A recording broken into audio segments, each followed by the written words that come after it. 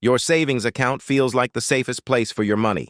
You worked hard for it, you set it aside, and now it sits there, secure, untouched, doing exactly what you told it to do.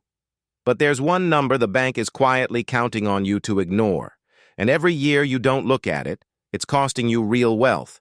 By the end of this video, you'll know exactly what that number is, why your bank hopes you never check it, and the simple moves that put the advantage back in your hands. Quick note before we start. This is for education only, not financial advice. Let's begin with the number itself. It's called your real return. Here's the trick. Your bank may pay you a fraction of a percent on a standard savings account, sometimes as little as 1/100th%. Meanwhile, inflation, the slow rise in the cost of everything, tends to run somewhere around 2 to 3% a year. Subtract one from the other, and you get your real return, what your money is actually worth after the cost of living catches up to it. And for most traditional savings accounts, that number is negative. Think about what that means. Your balance on the screen looks the same. $10,000 stays $10,000. Nothing appears to be wrong. But the buying power of those dollars is quietly shrinking. A year from now, that same $10,000 buys a little less than it does today. 2 years, a little less again. The account isn't growing. It's slowly leaking value, and the leak is invisible because the number on the statement never moves. So where does that value go? This is the part banks would rather you didn't think about. When you deposit money, the bank doesn't just store it in a vault.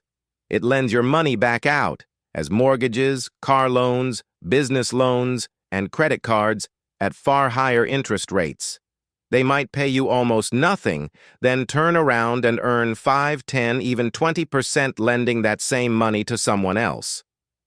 The gap between what they earn on your cash and what they pay you for it is their profit. In other words, your idle savings are working incredibly hard every single day. Just not for you. They're working for the bank. Now, none of this is illegal, and a bank is a perfectly sensible place to keep money you need to be safe and available. The problem isn't using a bank. The problem is using the wrong kind of account and never noticing the cost. Which brings us to the fix, and the good news is it isn't complicated. High-yield savings accounts exist specifically to solve this. They pay many times more interest than a traditional account, often many multiples more, frequently landing close to the rate of inflation. And here's the key. For the money you're keeping in cash anyway, you're getting that higher return with the exact same safety and the exact same easy access. Same protections, same ability to withdraw, dramatically better return. The money you keep in cash should at least be fighting inflation, not quietly surrendering to it.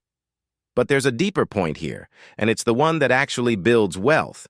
Even a great high-yield account is still just cash. And cash, by design, is meant to keep pace with inflation, not outrun it. So the real strategy has 2 parts. First, decide how much cash you actually need. A good rule of thumb is 3 to 6 months of your essential expenses, parked in that high-yield account as your emergency fund. That's your safety net. Money you can reach instantly when life surprises you, earning a fair return while it waits. Second, recognize that anything beyond that emergency fund probably doesn't belong in cash at all. Money you won't need for years has a job to do, and sitting in savings isn't it. That money belongs in appreciating assets, things like broad, low-cost index funds, where, over long stretches of time, it has the chance to grow well ahead of inflation rather than barely keeping up with it. Cash protects you. Invested money grows you. Confusing the two is one of the most common and expensive mistakes there is. So let's bring it all together. The bank isn't doing anything sinister. It's simply counting on your inattention.